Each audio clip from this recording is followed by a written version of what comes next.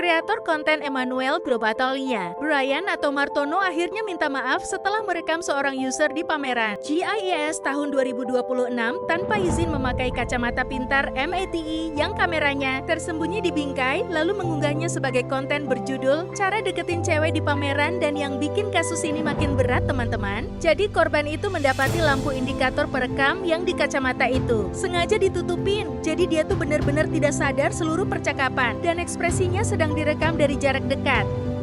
Kasus terbongkar setelah korban user lepas bernama Leoni menulis pengalamannya di Threads tanggal 31 Juli. Nah, setelah viral, muncul dugaan yang lebih parah lagi. Beberapa user meminta videonya dihapus, justru dimintai membayar biaya produksi konten. Brian baru minta maaf tanggal 3 Agustus kemarin setelah gelombang boykot mengecam bisnis mentorship miliknya, dan namanya dikaitkan dengan dugaan pelanggaran Undang-Undang Perlindungan Data Pribadi.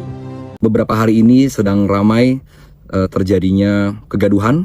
Sebelumnya Brian, saya ingin minta maaf atas semua kesalahan yang timbul dari kelakuan saya.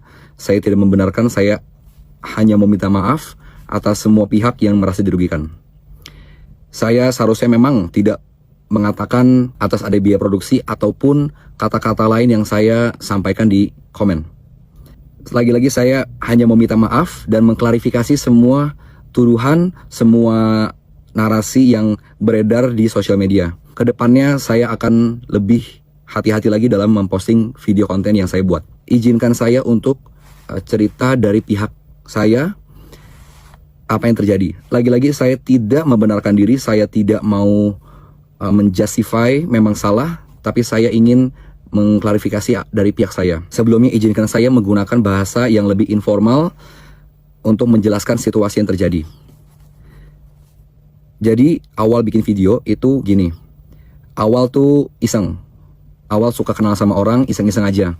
Kenal sama bule, kenal sama cewek, kenal sama om-om. Dan saya banyak banget dari comment section yang bilang, thank you Mas Ebem. Dari situ saya merasa melawan ketakutan. Awalnya introvert, sekarang jadi extrovert. Awalnya dulu susah nyari kerja, sekarang lebih gampang. Dari komen-komen seperti itu saya merasa, wah, video yang saya buat terinspirasi.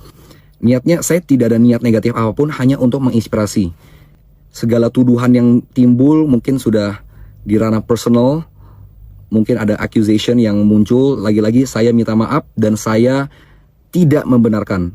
Kedepannya saya akan membenar diri dan meluruskan semua yang terjadi. Assalamualaikum warahmatullahi wabarakatuh. Mengenai kasus perekaman SPG di GIES tanpa izin demi konten media sosial, kami perlu menyampaikan bahwa tindakan merekam seseorang secara diam-diam atau candid tanpa izin, apalagi dijadikan materi konten cara mendekati cewek untuk kepentingan komersial atau popularitas di media sosial adalah perbuatan yang tidak beretika dan melanggar hukum. Sebagai Ketua Komisi 3 DPR RI, saya menegaskan bahwa ruang publik termasuk pameran otomotif seperti GIES harus menjadi tempat yang aman dan nyaman bagi siapa saja, termasuk para pekerja perempuan yang sedang menjalankan tugasnya secara profesional. Berdasarkan hukum positif di Indonesia, korban dapat menuntut si pelaku perekaman dan penyebar luasan rekaman tanpa izin. Dasarnya antara lain pasal 12 dan pasal 119 Undang-Undang Hak Cipta yang mengatur larangan memperbanyak atau mengumumkan potret wajah seseorang tanpa izin untuk kepentingan komersial, serta pasal 12 Undang-Undang Tindak Pidana Kekerasan Seksual yang mengatur tentang kekerasan seksual berbasis elektronik apabila perekaman tersebut memuat bentuk pelecehan atau eksploitasi tampilan tubuh secara elektronik tanpa persetujuan. Selain itu, tentu korban juga bisa menggunakan UU ITE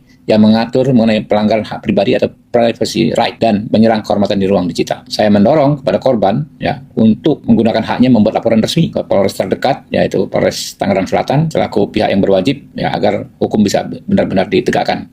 Kami Komisi 3 DPR RI akan mengawal kasus ini agar berjalan sesuai dengan peraturan perundang-undangan yang berlaku. Assalamualaikum warahmatullahi wabarakatuh.